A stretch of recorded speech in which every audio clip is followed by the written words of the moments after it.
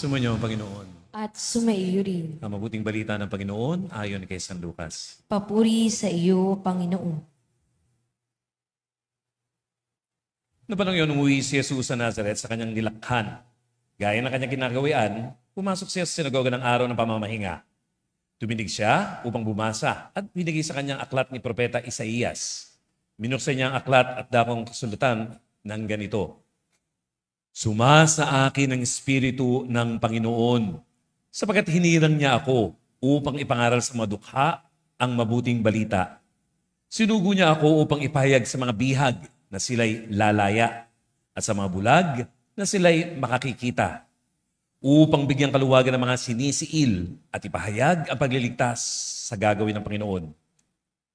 Binulumbon niya ang kasulatan at tatapos sa udis ng tagapaglingkod, siya'y naupo. Nakatitig sa kanya ang lahat ng mga nasa sinagoga at sinabi niya sa kanila, natupad ngayon ang bahaging ito ng kasulatan samantalang nakikinig kayo. Pinuri siya ng lahat at namangha sa kanyang napakahusay na pananalita. Hindi ba ito ang anak ni Jose? Tanong nila. Kaya sinabi ni Jesus, walang pagsalang mababanggit ninyo sa akin ang kawiyang ito. Doktor, gamitin mong iyong sarili. Sasabihin ninyo sa akin, gawin mo naman ang iyong sariling bayan ang mga nabalitaan namin ginagawa mo sa Capernaum. At nagpatuloy sa pagsalita si Jesus. Tandaan ninyo, walang propetang kinikilala sa kanyang sariling bayan. Ngunit sinasabi ko sa inyo, maraming babaeng balo sa Israel nung kapanahunan ni Elias nang hindi umulan sa loob ng 3 taon kalahati at magkaroon na matinding taggutom sa buong lupain. Subalit, hindi sa kaninuman sa kanila pinapunta si Elias, kundi sa isang babaeng balo sa Sarepta, sa lupain ng Sidon. Sa dinami-dami ng mga ketongin sa Israel nung kapanahunan ng Eliseo, walang pinagaling isa man sa kanila, si Naaman, na taga Syria ang pinagaling. Galit na galit ang lahat ng mga sinagoga na marinig ito. Nagtindigan sila at pinagtabuyan siyang palabas sa taluktok ng burol na kinatatuyan ng bayan upang ibulid sa bangin. Ngunit, dumaan siya sa kalagitnaan nila at umalis.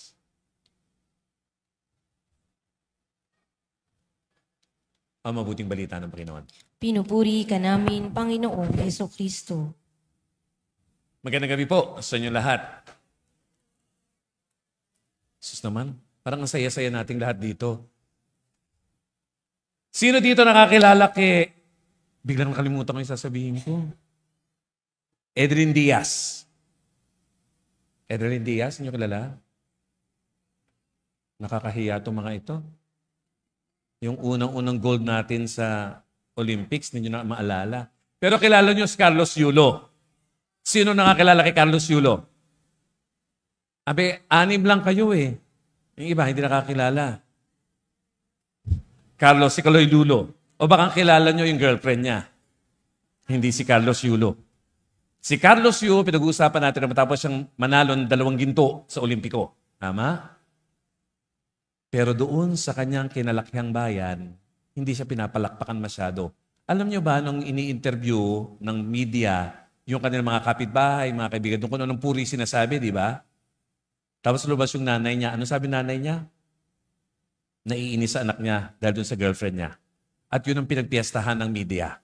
Hindi yung kapag-kapanalo ni Carlos Yulo, kundi yung chismis sa kandalaw ng girlfriend niya. Nakakalungkot.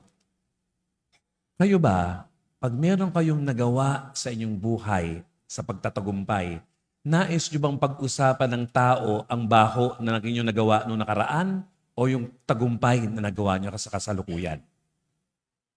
Yun ang magandang tanong natin sa ginagawa natin kay Carlos Yulo.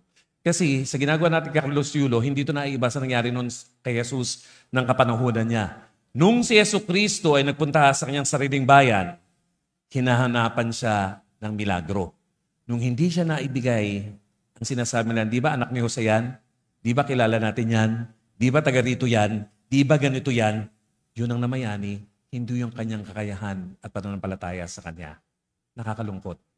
Mga kapatid, minsan ang tingin natin sa isang tao, hindi yung maari siyang maging, kundi yung kanyang nakaraan. Minsan tingin natin sa isang tao, hindi yung pwede niyang makamit, kundi yung kanyang kakulangan. Ito yung sinasabi ni Jesus, sa sariling bayan, hindi kinakalala ang isang bayani. Mga kapatid, napakapalad ng Pilipinas. Kasi sa lahat ng dako ng buong mundo, kinikilala tayo. Pero yung mga kinikilalang yun, pag uwi sa kanilang sariling tahanan dito sa Pilipinas, kinikilala ba sila? Pinasasalamatan ba sila sa kanilang tagumpay na dala? O sinasabing, di ba yan yung kaklase ko na ang baho-baho? Di ba yan yung kasama ko na kinukuto pa? Hindi ba yan yung kasama natin dito na ang payat-payat at ang pangit ang itim-itim? Yun ang nakikita natin. Hindi yung pwede niyang maging. Maganda pag nilay-nilayan natin mga kapatid. Dito sa ating magandang simbahan ng La Soledad, inisip ba ng mga tao nang hindi nakakaalam na walang kwenta ang simbahang ito dahil sa inyong pinagdaanan o tinitignan na mga nasa labas ang gandang natabunin nyo sa kasalukuyan? Ito yung dapat nating tingnan. Hindi yung nakaraan, kundi yung hinaharap. Yung kagandahang maaari pa nating makamit, hindi yung pinagdaan ng hirap at hindi maganda. Magandang tingnan natin sa mga sarili natin. Bawat isa may potensyal na maging magaling. Bawat isa may kakayahan para maging matagumpay. Bawat isa binibigyan ng Diyos para magkaroon ng tunay na kaligayahan dito sa mundo. Hindi balakid ang inyong nakaraan, kundi tuntungan para kayo gumanhawa at gumaling. Maraming salamat sa ating mga bumbero dahil dito sa ating paligid, miski doon sa amin, sa Tondo, ang dami-dami nasusunugan. Dahil sa dami nasusunugan, kasalanan ba nila? Sasabihin natin kasi hindi epektibo ang mga bumbero natin. Hindi. Pero ang sinasabi natin, maraming salamat sa mga bumbero at nagiging mas mabilis na ngayon ang kanilang tugon pag nagkakaroon ng sunog. Yung hinaharap, ang initingnan, hindi yung nakaraan.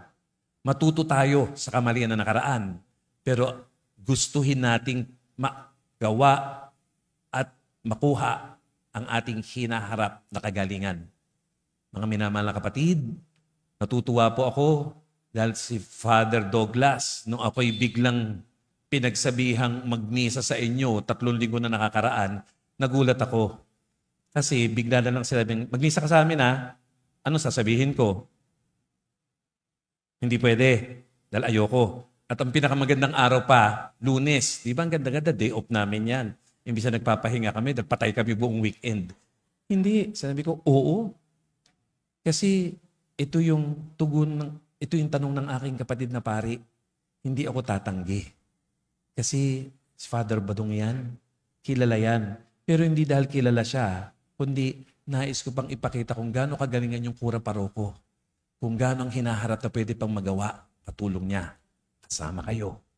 Mga minamahal, mananampalataya, dito sa inyong parokya, hinihiling ko po, ipakita natin yung ating posible pang maganap sa kinabukasan, hindi yung nakaraan, kundi yung maaari pa nating ma-achieve, makuha sa pagkakaisa natin dito.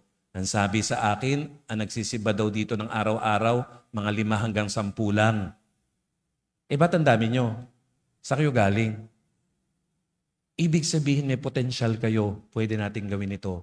Magtulungan tayo.